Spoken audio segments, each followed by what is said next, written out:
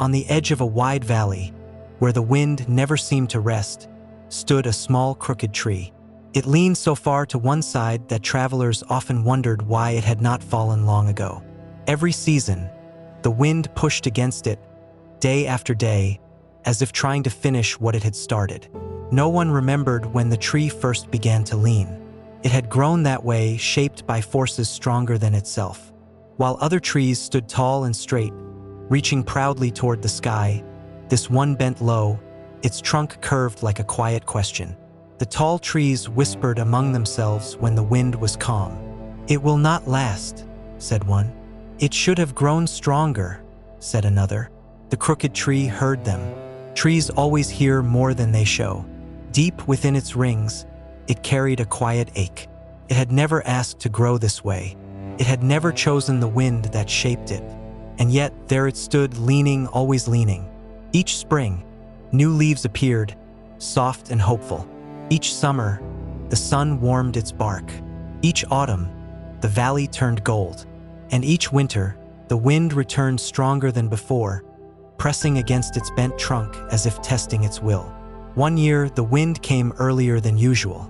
It roared through the valley before the leaves had fully opened. The tall trees swayed with confidence. Their roots were deep, their trunks straight. The crooked tree felt the first heavy gust and trembled. Its thin branches shook like hands in cold water. A crack formed along its bark, not deep, but enough to remind it how fragile it was. "This is the year," murmured the tall trees. The wind circled the valley for days. It howled at night and whispered during the day, never truly leaving. The crooked tree could feel its roots straining in the soil. Small stones shifted beneath it. The earth loosened. For the first time, the tree wondered if perhaps the others were right. If it had grown straight, maybe it would not suffer like this. If it were stronger, maybe it would not fear every storm. The wind grew restless and wild, pushed hardest against the straightest trunks. It struck them head-on, testing their pride. The tall trees resisted with all their strength. They stood firm, refusing to bow. The crooked tree did not resist. When the wind pressed against it, it leaned further. When the gusts roared, it bent lower.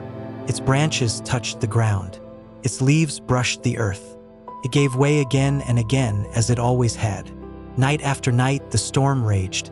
And then, one morning, the valley was quiet. The wind had passed. The sky was pale and still. The birds returned slowly, uncertain but hopeful. A soft light spread across the grass. The crooked tree opened its leaves to the morning sun. It was still standing. Around it, the valley looked different.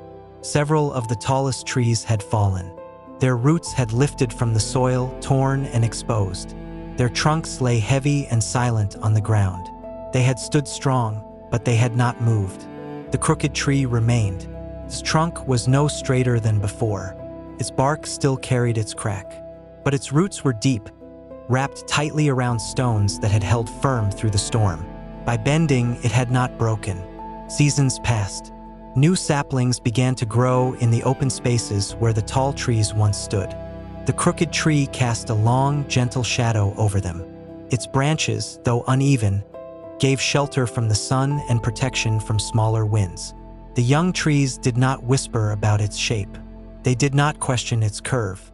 They simply grew beneath its shade, learning the rhythm of the valley. And when the wind returned, as it always did, it found the crooked tree waiting, not in defiance, not in fear, but in quiet understanding. The wind pushed, the tree bent, and the valley remained.